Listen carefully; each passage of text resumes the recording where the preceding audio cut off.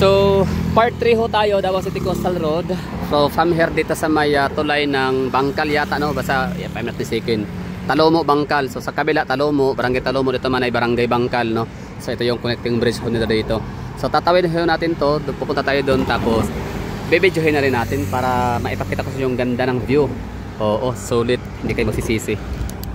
Ako nga, nag-i-enjoy nga ako eh, no? So, sana kayo din habang nanonood kayo ng vlog. So this is where your taxis go. Ang sarap sa feelings, no? Na yung ating mga binibili ha, sa mga nakakaalam dyan, baka iisip nyo hindi umabot, nasa 10,000 lang sahod mo buwan-buwan. Iisipin mo wala kang kaltas, hindi ka taxpayers money kasi walang kaltas na buwis. Oo, wala nga, pero yung mga kinakain mo araw-araw, meron na yan, tax na yan. Oo, mayroon kang binabayaran na 12% tax. So for example, yung biscuit, no? Wait lang, chicheria, sabi natin dingdong, no? Magkano yan? 10 piso. Pero dahil sa 12% VAT, so magkano ba yung 12% ng 10 pesos? So, diba? Meron tayong pesos. So, nagiging 11 pesos. Tama ba yung ano ko? Aking kwintada. Okay, nang bahala dyan. Ay, hindi pala. Parang sa 100 pesos na sabi natin dingdong, no? Let's say na dingdong. Or Coca-Cola na lang. Ano ba yung example? 100 pesos na Coca-Cola, isang bottle. Yung malaki, yung 2.2 liter.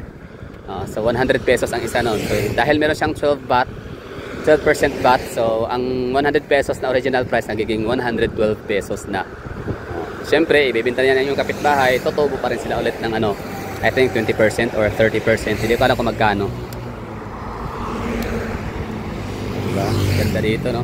So lalong nakaganda pala ang lugar kasi si ma'am nagba-vlog siya. Ganda niya lalo, maganda na siya sa personal nung nag-vlog siya habang nalalakad ngayon. Lalong gumanda. Diba? So this is where your taxis go. Nakakatuwa makita ang mga proyekto na gaya nito. Talagang katas ng pera ng bayan. Talino, sipag, sakripisyo, determinasyon ng ating gobyernong Duterte. Kaya nagkaroon ng ganito. Diba sarap, no? Pagka kung nagpatuloy lang sana ang presidency ni Tatay Digong into 12 years. Nako, grabe ano na kaya nangyari sa Pilipinas. Sobrang pagtada tayo ng ano, flood control projects na napakaganda, no? Hindi sana hindi tayo binabaha diyan sa Manila, sa Bicol, sa Rojas, no? Sa may Rojas province, Rojas City. Aklan ba ang Rojas? Tama. So hindi sana hindi tayo binabaha ng ganun kalala. Ma'am, agi ko ma'am ha. Gamay lang, gamay. Salamat kayo. So, edi sana hindi kayo binabaha dyan sa inyong lugar, no? Sa Manila, Luzon. Kung si Tatay Digong sana ay na-extend lang into 12 years. Isipin nyo to ha, 6 years lang siya. May pandemic pa, di ba? Tinamaan pa tayo ng salot sa buong mundo. So, ang nangyari, naantala yung ibang mga proyekto. Sayang talaga, pero yun pa rin naman. Maraming salamat Tatay Digong, no? At nagpasalamat din naman talaga ang mga Pilipino. Kami mga taga Davao, naging pangulo man o hindi si Tatay Digong, okay na naman sa atin yun eh, no? Na hindi, okay na naman sa atin na dito na sa Davao manatilit, mananahimik. Pero wala eh, deserve din naman talaga ng mga Pilipino kababayan natin na maka-experience ng good governance and strong, good, honest, honest to goodness, no? Na leadership ni Tatay Digong or ng Duterte kind of leadership. So deserve ng ating mahawayang mga Pilipino. Kaya ayun, in fairness din naman, nagpapasalamat din naman sila, no? Tayo mga taga Davao, pinapasalamatan tayo, no, ng ating mga kababayan throughout the Philippines for lending our Tatay Digong, no? So kahit paano, in 6 years naka-experience sila ng magandang pamamahala, magandang gobyerno, di ba? So maraming thank you din sa mga hindi taga Davao na kung magmahal din sa mga Duterte, napaka-the best din, no? Solid. Maraming thank you kasi mahal na mahal namin yung mga Duterte dito sa Davao City kasi kita nyo naman talaga Davao City. Bakit pa hindi, di ba? Bakit pa hindi namin mamahal yung mga Duterte? Bakit namin sila susuportahan? Ang ganda kasi ng ginawa nila. Bakit ba si Bongbong Marcos? Daming nagmamahal nga kay Bongbong Marcos na ano yun eh, alam nyo na, di ba? So what more sa mga Duterte sa Davao, di ba? Nakita naman talaga yung kailang mga proyekto, yung kailang mga obra, the best of the best. Walang kapantay, walang katulad. Kahit si Bongbong Marcos, inamin niya na mas the best si Digong kumpara kay FAM sa tatay niya. Oh. Pero yan pala, bodo lang. Di ba? Ayaw ko magmura, syempre. So, bodo lang pala yun, no? Syempre, parte na yung kanyang pambudol. Oh, baga, puri-puri siya. Kahit di naman natin kailangan ng papuri. We don't need compliments actually. Kasi sabi nga nila, is trabaho ang pabuhaton. I mean, trabaho ang pastoryahon, dili kay istorya. Nabot-buton, parang gano'n, no? So, sabi nga na Tata Digong, kung gusto nyong malaman kung anong ginawa natin, lingon-lingon lang kayo sa paligid-ligid. Diba? Yun lang napaka-strong na mensahe nun. Hindi siya nagbubuhat ng bangko sa Tata Digong. Hindi siya nagbiyabang. Pero kung magtatanong tayo kung anong ginawa niya, ayun lang, lingon-lingon sa paligid. Diba? Paglingin nyo, kung dyan sa example, sa Maynila, paglingon mo, tae. Diba?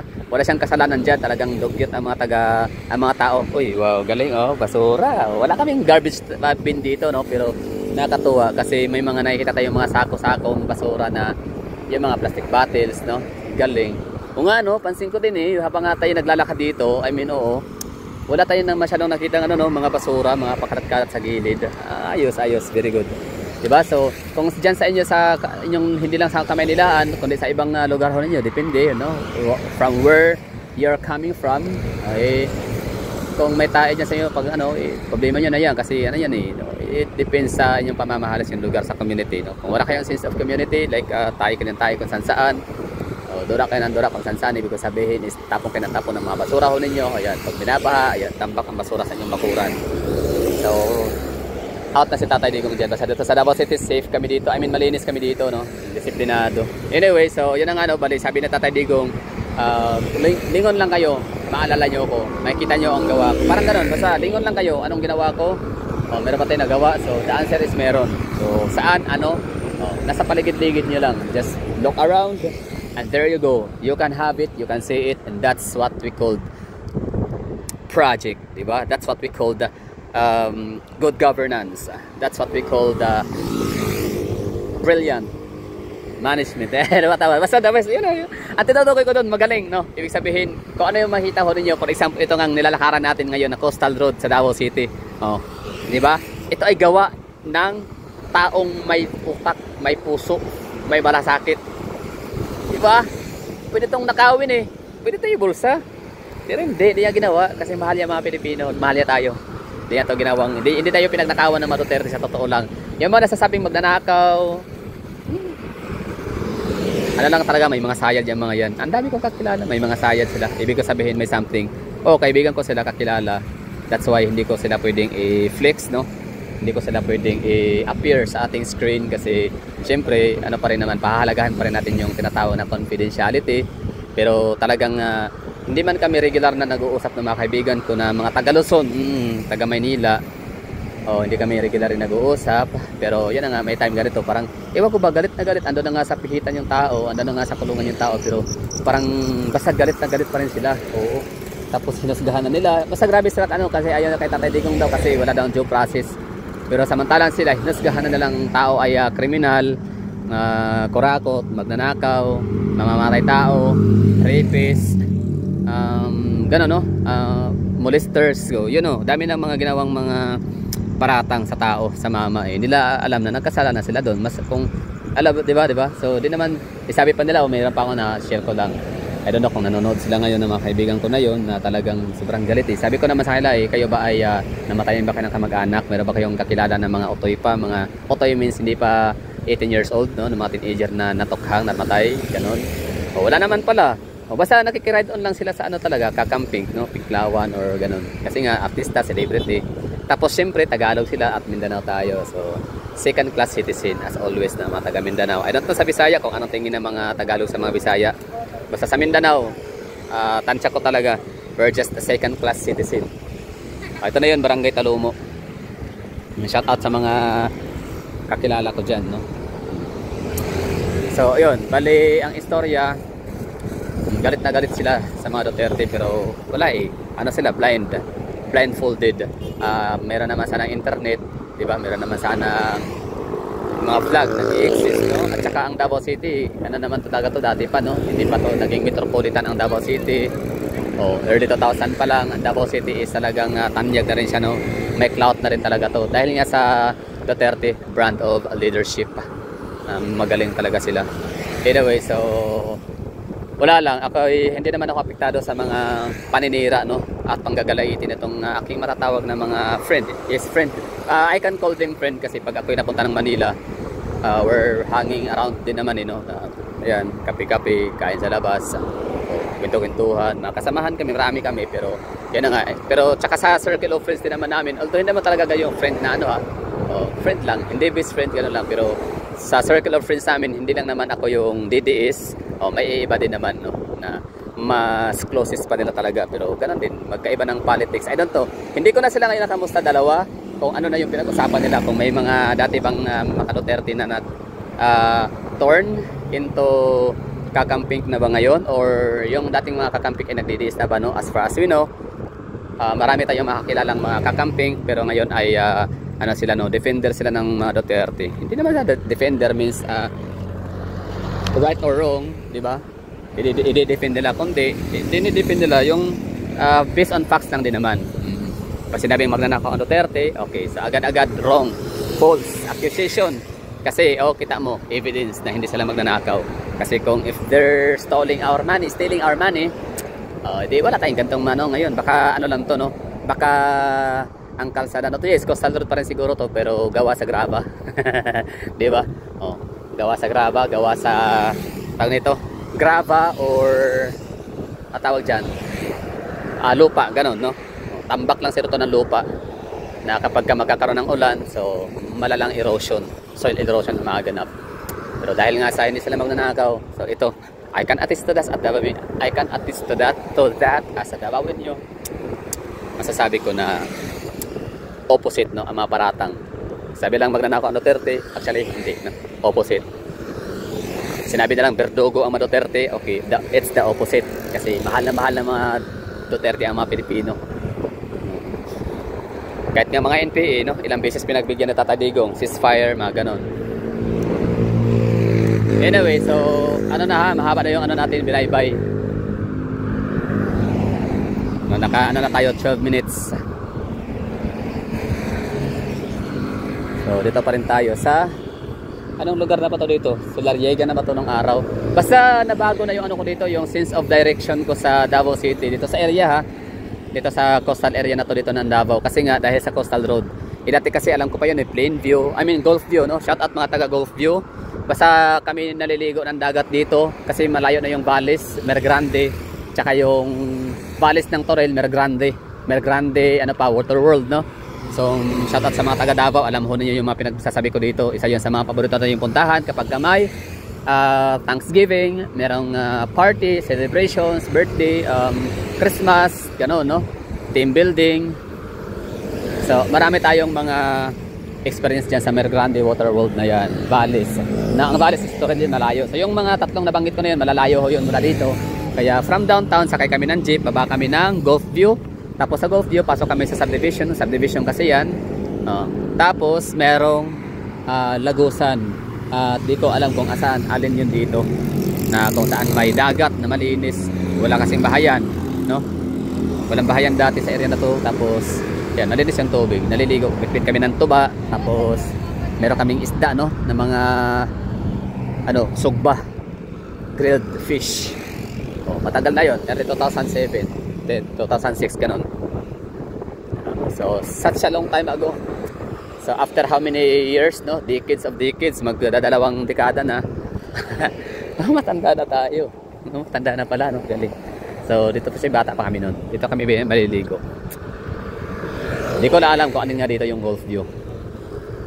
Tapos ito sa unahan, sure ako dyan, Solariega. Yung may park. Solariega. Tapos dati ang layo, no? Tansya ko talaga, napakalayo na ng Toril nung araw. Pero ngayon parang ang lapit yan. Yan nga lang, kapag bumabiyahe ka na, nasa 1 oras na mahigit, no, dahil sa traffic. Dami na sasakyan. Davao City kasi yumaman, no? Di pwede sisihin ang mga Duterte. Bagkos magpasalamat pa tayo dahil sa kanyang ginawang world class city ang Davao City. At ito na ngayon, very livable na siya para sa lahat. Hindi lang siya livable para sa mga taong gusto ng katahimikan at kapayapaan, kundi pa sa mga taong gusto na rin yumaman, magnegosyo, magtrabaho, no? So Ano na ba, no? Maganda na ba? Maganda ba yung ano experience niyo dito ngayon sa aking video? Ha? Nai-enjoy niyo ba? Ako, the answer is yes, I do. Sobrang nai-enjoy ko yung ano natin. Paglalakad, no? Trekking. Paglalakad. Hindi nakalipad lang po tayo. Diba? Ganda, no? Wait lang. Oy, I forgot to make lingon-lingon pala. Ayun pala, oh. Yun pala yung hitsura ng tulay na dinaan natin kanina. Sayang, sorry ha, medyo nasa malayo na tayo, hindi natin tuloy agad na videohan. Yun yung tulay. Oh, diba ang ganda, no? Oh, that's what we called good governance. Kung bulakbol pa si Digong, walang ganyan sana. Para tayo may enjoy ngayon na coastal road na gaya nito, napakaganda.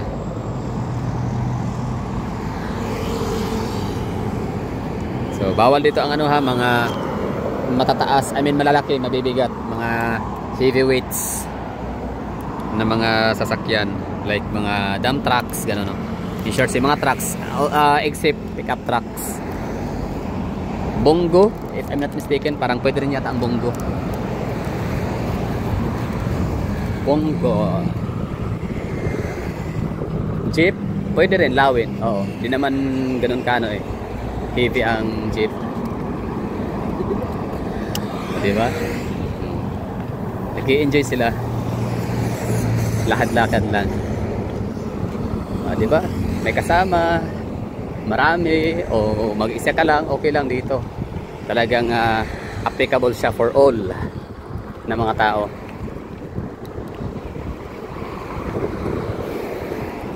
Grabe yung ano natin, no? Experience, nakakatuwa. Nag-enjoy. Oo, totoo, nag-enjoy ako ha, walang halong biro. Ito yung maganda, yung nakapaglakad tayo, nakapag-tour tayo, at nakapag-share pa tayo sa iba, no? Na siyempre busy din sa trabaho, at yung iba nagpabalak pa lang pumunta ng Davao. So meron na kayong ano ha, ilalagay nyo sa inyong ano, itinerary. So this is a must visit place sa Davao. Maglakad kayo dito.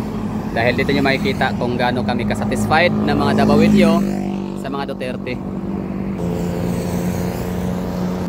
Nai-enjoy namin ang mga pinagagawa nilang mga proyekto sa Davao. Wala kaming regrets, no? Na sila ay nag-exist sa mundo. So thank you so much, Tatay Digong. Sana alam mo yan, no? Kasi masyadong humble kasi sa Tatay Digong. Di naman kasi niya ano eh, di niya talaga sinisink in sa utak niya na siya ang pinakamagaling na presidente sa Pilipinas in history. Hindi niya yun naisip. Hindi niya sinisink in kasi ayaw niya talaga na lalaki ulo niya. Kasi ano siya, very humble, very down to earth. Yes, matapang siya sa mga tarantado, matapang siya sa mga pasaway, no? Matapang siya sa mga law violators. Pero pagdating sa mga law-abiding citizens, aba, mabait, mapagmahal, pusong mamon, Tatay Digong, the best ka talaga.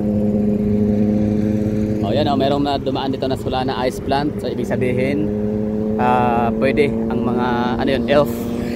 Pero I'm not saying ha, baka lumusok lang yun kasi walang traffic enforcer, I don't know. Pero pagkakaalam ko may mga ano dun eh, may mga city team o dun sa may crossing. Oo, papasok sa yun na nga, roundabout or yun, sa rotonda. So ibig sabihin, pwede pala yung ano, elf, no? Elf truck. Siguro, light pa rin naman siya, light vehicle. Parang ano nga siya, bongo.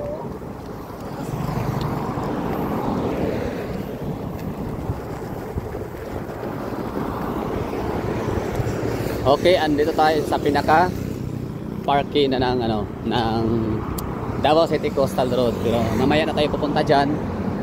Iikutin muna natin to talaga ang kahabaan ng Coastal Road dun sa pinakadulo.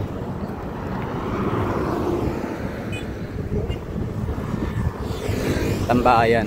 Dito sa area na to, hindi ganun kadami yung tumatambay kasi malayo ang bahayan, no?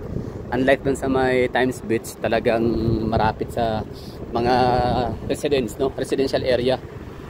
Paglabas mo nung ano, nung bungad lang, no? Nung labasan, nung rotonda, mga bahayan na nga siya. Times Beach kung tawagin.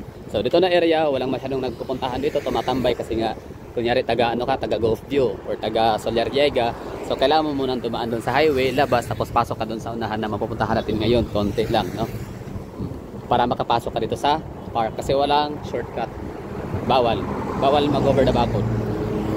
And ang mga pumunta naman sa park na to dito na pupuntahan natin ngayon ay ma-access lang din yan karamihan ng mga mayroong sasakyan.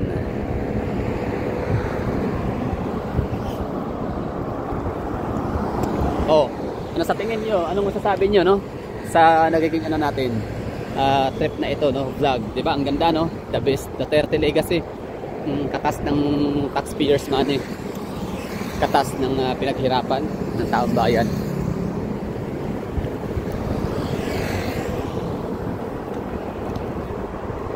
At meron pa nga akong hindi napuntahan dito na area, no? Sa may likod nito, ibaba yung parke. Hindi ko pa na-explore yan, na-explore. Grabe, ganda, no? Kayo nag-enjoy ha, sana enjoy kayo dyan. Kahit pa sobrang daldal lang yung habang lingkod, pasensyahan nyo na. Ako'y sobrang excited lang, no? Ako'y sobrang na-overwhelmed. Oo, knowing na despite sa sistema ng Pilipinas na ubod talaga ng kakurakutan, pera-pera ang labanan, naka-experience tayo ng 6 na taon, no? Na pamamahala, good governance si Tatay Digong. Okay, stuck muna tayo dito. Ayun, no? May mga tumatambay pala dito na area. So tinan natin, no? Zoom in, yan, may mga tao. So di ko alam kung paano makapunta dyan. Ito ba yung daan? Kasi kung ito yung daan, may harang, oh. So ibig sabihin bawal. So ito mga to na tumatambay dyan, baka galing yan sila dito sa loob. Pwede, no? Tsaka galing, no? Mag-ano sila pamilya. Nice one. They're family of 3. Diba? May 3 baby akong nakita. Lalaki, babae, isang anak. O, diba? Yun yun, no? So galing, nakatawa. Hindi lang siya basta pang exercise. O, hindi lang siya pang pamilya, pang sports pa. Galing. So tuloy tayo, no?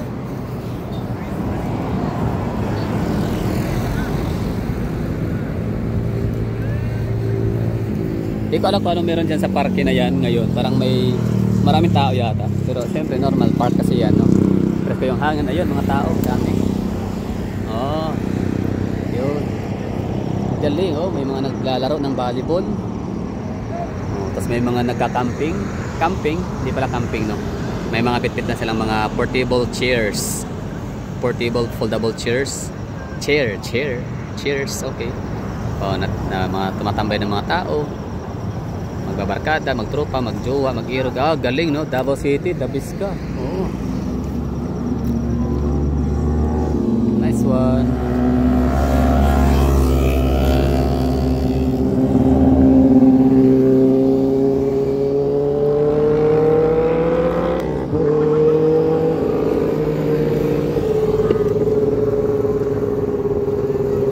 Oh, grabe Tatay Digong. Thank you. Pinayayaan mo kami ng ganito kagandang pasilidad, infrastruktura. And of course, hindi lang Davao may ganito. Meron din ganito ang Sorsogon nga. At hindi lang Sorsogon din, marami din iba. Hello. Asa gikan, ma'am? Asa mo gikan? Bago applya ra sila. Oh. Sige, ingat. Enjoy. So, bago applya, dire lang sila, no? Dito lang sila somewhere. Malapit. Ito, bago applya na talaga itong area na to. Barangay, bago applya. Oh, may aso pa, oh.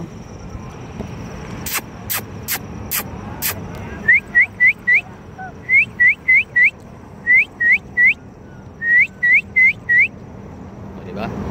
Lingon si Doggy kung saan galing yung sipol. Anyway, so pusit tayo sa unahan. Oh, hanggang sa makapag ano tayo, makapag park. Okay. Alright.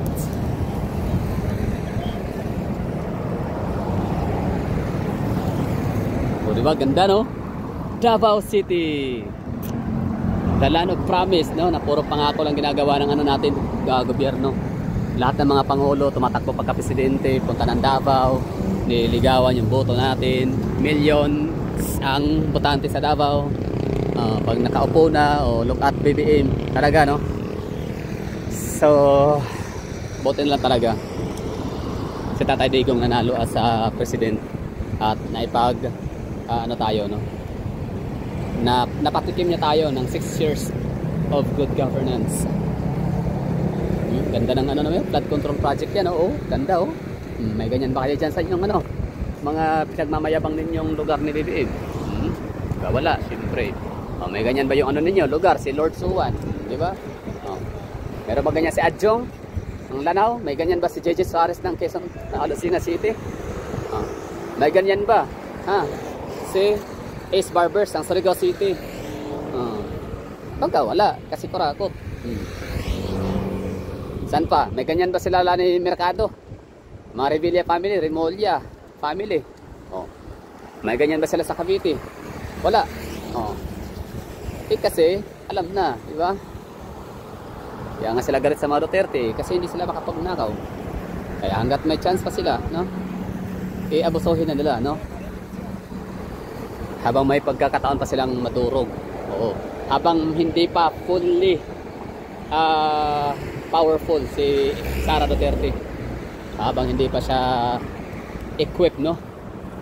Ng sobrang kapangyarihan. Hindi pa siya ang pinakamakapangyarihang tao sa kalupaan ng Pilipinas. So, yun. Gawin na lang ano, dapat na lang gawin na ma-eradicate, matanggal sa political arena. Kasi kapag siya yun ay nakaupo na at mapapasakamay niya ang trono ng Pilipinas bilang isang pangulo, wala na. Talagang magugutom silang mga buhaya, mga yayat. So, di ako sure kung pwedeng pumasok dyan sa loob ngayon. Pero, siyempre, tatanong natin sa gwardiya. At di ko alam kung anong para saan yung lugar na yan. Park nga, may mga tao. Sige, explore na natin. Medyo mahaba tong video na to, no? Nasa 26 minutes na tayo. Pero okay lang yan. Solid din naman ang experience. Solid din naman yung natin. Vlog. Dami natin mga nakita na observe. So ang dulo niyan ay CP Garcia na siya, no? Highway, main road. National road na rin siya, may tuturing. Puntahan ba natin? Sige, let's go, puntahan pa natin. Nang makita ho ninyo kung ano yung pinakadulo.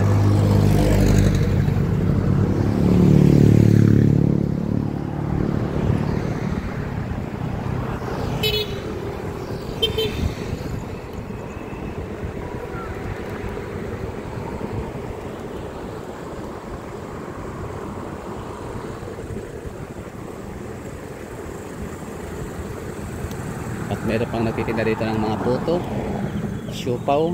Yun, nadaanan natin. Left side lang, hindi na natin nakuha ng camera. Alright, ayan mga ma'am. Ingat mga ma'am. Baka kayo yung madulas. Madapat magkagalos ang inyong mga flawless na balat sa tuhod.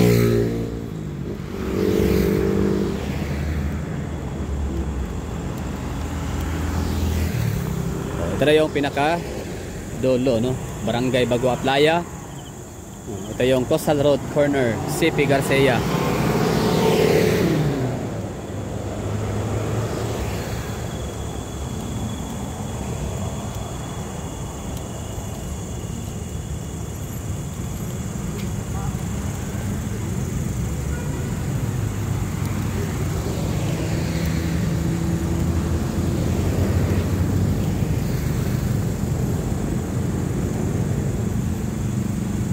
Okay na, no? We're done.